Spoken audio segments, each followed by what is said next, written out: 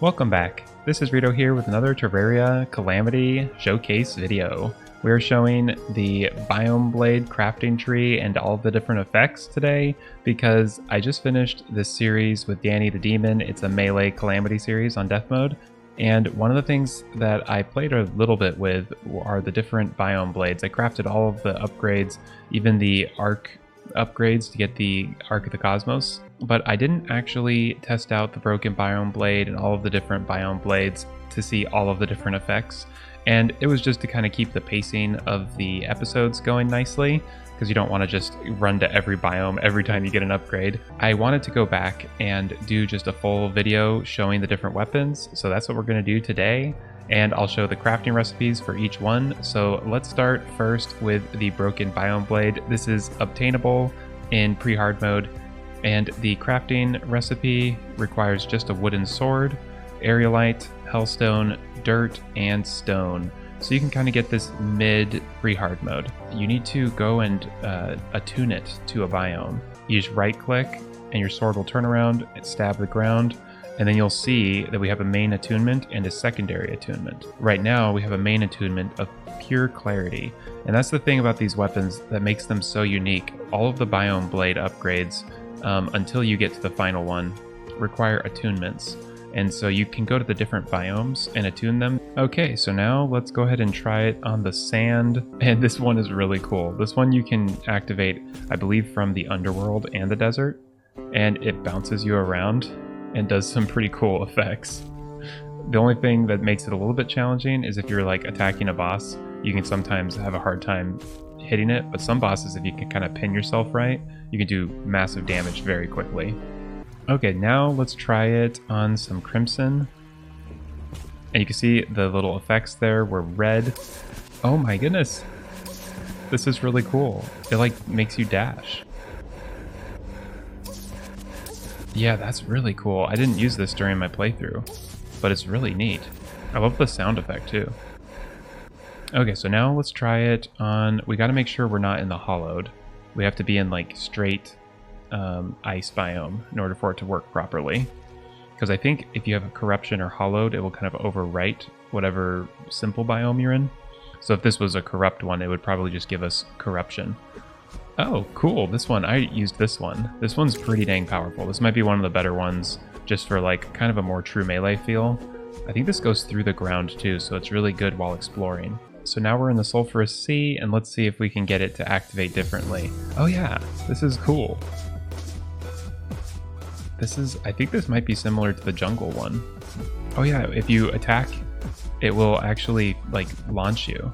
Like it creates momentum when you whip the ground. And just to try this out, let's see if there's anything different. So that's still the same thing for the jungle as we had for the Sulphurous Sea. And once when you've got some attunements, you can actually switch between the different attunements. So you can see I can switch between having the ice and the whip.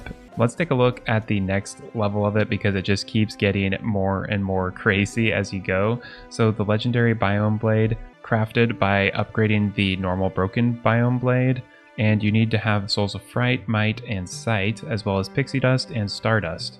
So it's kind of early hard mode. Once when you've defeated the mech bosses, you'll be able to craft the full Biome Blade. So let's go ahead and start trying this out. I'm going to attune it to Purity first. And, oh, actually, this, it attuned to Hollowed. Oh yeah, because my base is actually on this side, next to the Hollowed biome. And this one, I think, is really good on Duke Fishron and stuff. Bosses that get really close to you and you're dodging a lot, like this, very powerful. And then that cool throw where it is attached by a chain and comes back, very nice. I think this is the Purity. Yeah, this is very much like a Terra Blade, or the old school Terra Blade. Next, let's try it in the desert. And so you can see it's very similar to the original. So you can see the blade's a little bit bigger, and it's more of a bounce effect. Now let's do a corruption one. Okay, so this one, you can see it moves you faster. It's got a bigger sword. Obviously, it's going to do a lot more damage. This is so fun. So we're back in the ice biome. Let's give this one a try. Oh, this is pretty cool. Still doing decent damage with my gear against post-Moonlord enemies. It's got a good attack speed, much longer reach, and it's got all these cool particle effects. Really like it. So now we can try in the Sulphurous Sea, and it's got a really powerful whip. This one's a lot more similar to like the previous version versus the other ones, which start getting a lot bigger, more powerful effects. We can also check in the jungle real quick and just make sure, but I think this is going to be the same. I think Ocean, Sulphurous Sea, and Jungle all give you the same things, similar to how the desert and the underworld give you the same. Okay, I don't know if this has an astral one, but I think at some point you do get the ability to have astral. Ooh, how does this work? Oh, okay, so you hold it, charge, and then you let go and you dash. Okay, let's see if we can find another enemy. Whoa, that's cool. Okay, I can see why people kept saying that I should try all of the different things for this. It's hard to figure it all out in the middle of a playthrough. You're so focused on like bosses and stuff. But yeah, this is really cool. So let's attune the True Biome Blade. We just have to do a right click. That's a little bit different than the last one. And the explosions are even more aggressive. Okay. Also, we're right beside our ice biome. So we can just attune that as well. So the thing I like about this one is it does like a lightning bolt instead of stabbing the ground. Oh, this is a good one. I thought this one was so cool during the playthrough. It's just like, it's so crazy looking.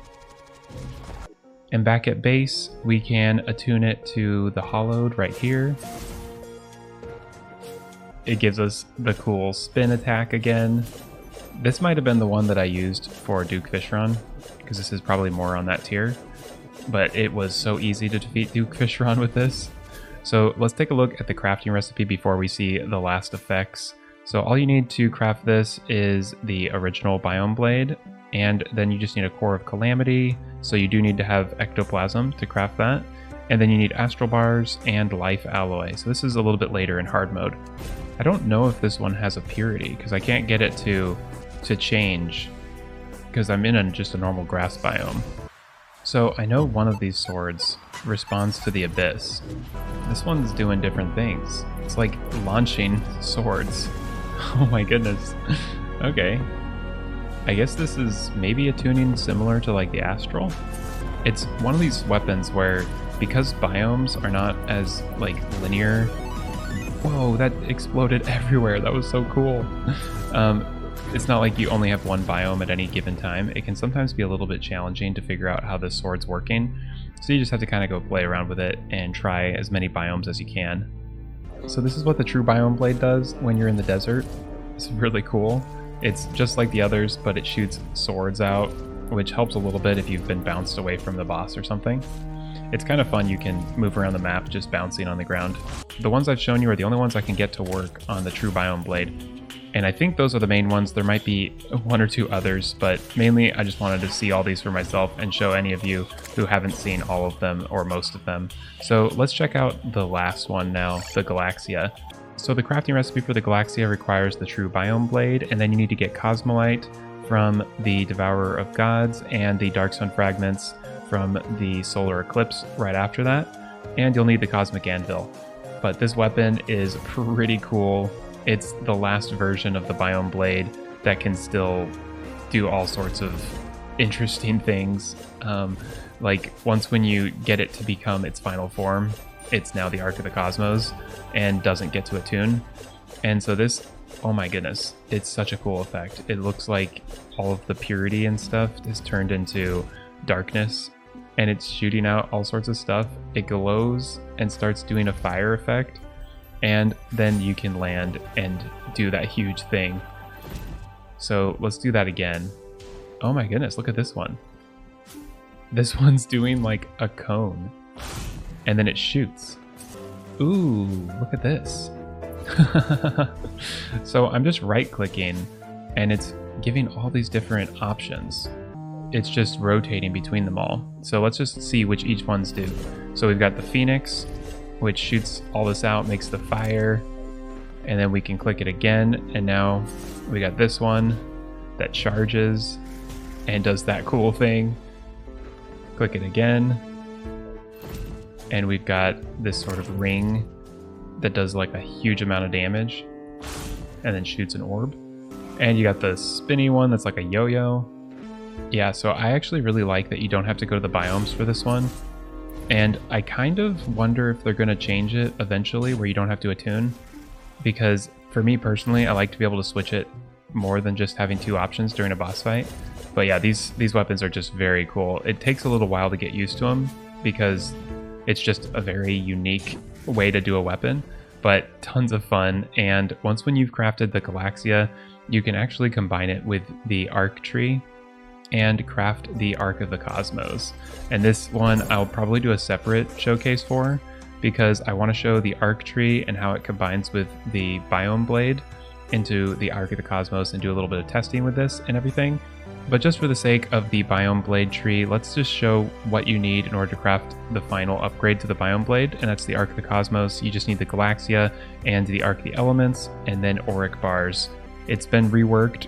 I did a showcase for it. It was one of my first showcases. I think it might have been my first, was showcasing the Arc of the Cosmos. And so I'm excited to give it another showcase because a lot of people don't know I actually did a lot of showcase videos originally before I did more Let's Play focused stuff. Like now it's been, I think, a bit over 2 years since my last showcase. I looked it up and I think it was Devil's Sunrise weapon. It was a cool one that they had just added to Calamity back in September of 2020. And so that was, I think, my last showcase. And so I might do a few more showcase videos for some of the changes that have been made in Calamity, but predominantly I'm focused on doing Let's Plays. And in fact, if you haven't seen the Danny the Demon Let's Play, it's a really cool one. It's all about this character, Danny, who is a demon from the underworld, but her underworld and her other demon friends are in danger, and so it's a whole story that is a melee playthrough on Calamity. So definitely check that out if you're interested. And also I'll be posting a video probably soon about the Fractured Arc and that whole crafting tree and all the effects of those weapons, so definitely keep a lookout for that. And then I'm also going to be starting a new series soon. I'm heavily leaning towards the Fargo mod on 1.4, maybe doing Eternity mode, so definitely keep a lookout for that if you're interested. Thanks again for watching, and I'll see you next time.